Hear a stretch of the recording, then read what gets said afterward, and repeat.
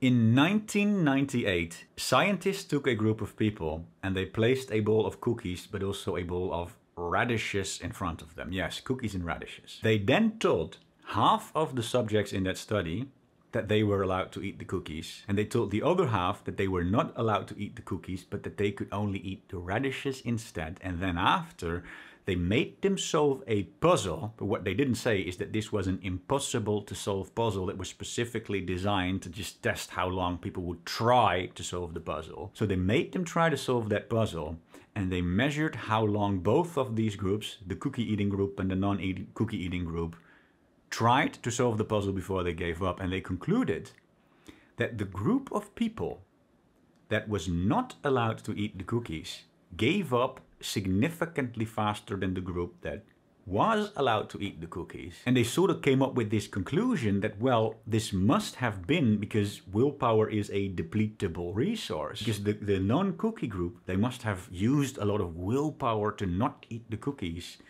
And then they had less willpower left to do the hard task after, right? Willpower, a depletable resource. Then what happened is that this idea found its way into the self-improvement community, and this is the part that I have a problem with, because now people in the self-improvement community are starting to advise other people that they need to be careful with how they spend their days, or particularly their mornings, because if you do too many things in the morning, and you take cold showers, and you do this and you do that, then you are going to deplete your willpower, and then you are going to have less mental energy, willpower to be productive for the rest of the day. So therefore, take it easy in the morning. Be careful, guys. Willpower is a depletable resource. I think this advice is holding a lot of people back because they made one huge mistake. Two, actually. But the first one mistake is this. They failed to understand the difference between willpower and discipline. Guys, discipline. These are two very different things, and the difference is extremely important, because willpower is the power to do something because you want to do it, right? Willpower, the power to do something because there is a will. It's essentially motivation. You feel motivated to do something, there is a will to do something, so then you're going to do it. Discipline, on the other hand, is the power to do something whether you feel like it or not. You don't feel motivated, you don't feel like going to the gym, you bring up the discipline to do it anyway, right? Now let's take a look back at this scientific study. Were these people operating on willpower, or were they operating on discipline? The people in this study were average people. They took a group of average people, right? Most of them probably never cared about solving a puzzle. Most of them probably wanted to eat the cookies, right? They were never operating on willpower to begin with.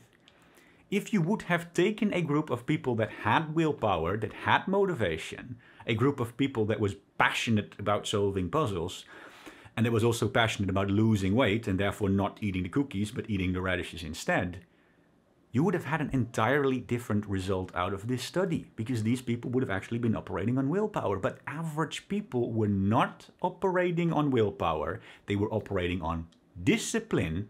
They had to bring up discipline to not eat the cookies.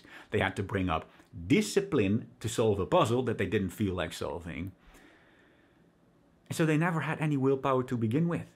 This is the mistake that the scientists and the people interpreting this study made. They said they talked about willpower, but the people never had willpower. They were operating on discipline. Discipline is the resource that is depletable.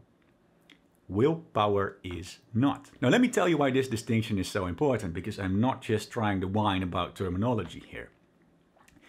If you feel like you are genuinely operating on willpower, you want to take a cold shower, you feel hyped to go to the gym, you feel hyped to actually work hard, there is motivation to work hard. You can grind away as hard as you want to grind away, and you do not need to be afraid of your willpower depleting. It doesn't deplete like that. Now, of course, motivation / willpower is something that comes and goes, and you're not going to feel motivated all of the time. So this is not something that you can consistently rely on, absolutely not. But whenever you do feel motivated, you do not need to be afraid of your willpower depleting, because willpower cannot deplete. Discipline can deplete. If you keep forcing yourself to do things that you don't really feel like doing, eventually you'll get to the point where you're like, oh, I feel like a break, you know, I feel like some rest, I feel like some entertainment. That's what happens with discipline. But this is the second problem, because again, I'm not just whining about terminology here. Oh, Rob, they used the word willpower. They should have used the word discipline instead. Good video. Yeah, thanks for the point. No, it's worse, because even if we replace the word willpower with the word discipline, we are still making a mistake here of not realizing that depleting your discipline is exactly what you would want to do in order to level up the skill of discipline that you have in life.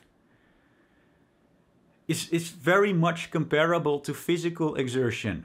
If you go to the gym, you don't tell yourself, oh, well, I'm going to make sure to not deplete my energy, so I'll just do one exercise for 2 sets and then I'll go home again, because if I deplete my energy, then I won't have any energy left to do things for the rest of the day, right? We don't do that. Depleting your energy, taking your muscle to failure, pushing your endurance is exactly how you level up over time, right? A very similar point can be made about discipline. Discipline is a trainable skill, and in order to increase the pool of discipline that you have, you are going to have to occasionally, regularly empty the pool of discipline that you currently have. If you never empty that pool of discipline, you never level up your skill of discipline in life. And so the advice of, guys, be careful, don't do too many things that give you discipline because you'll deplete your discipline, is horrible advice that is just holding people back, because it's preventing them from actually becoming more disciplined over time. And now, of course, you want to be tactical about this. If you are an athlete and you have an extremely important contest in the afternoon, then obviously it's not wise to do a 5-hour gym session in the morning. Yeah, you'll deplete your energy.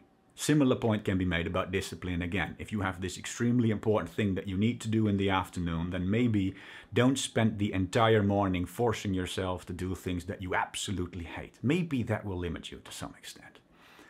But we're talking about extreme exceptions here.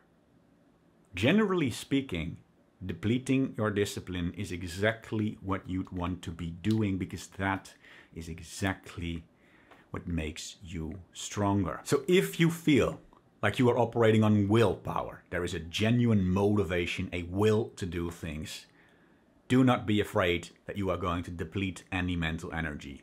Go as hard as you want to go as long as the motivation lasts.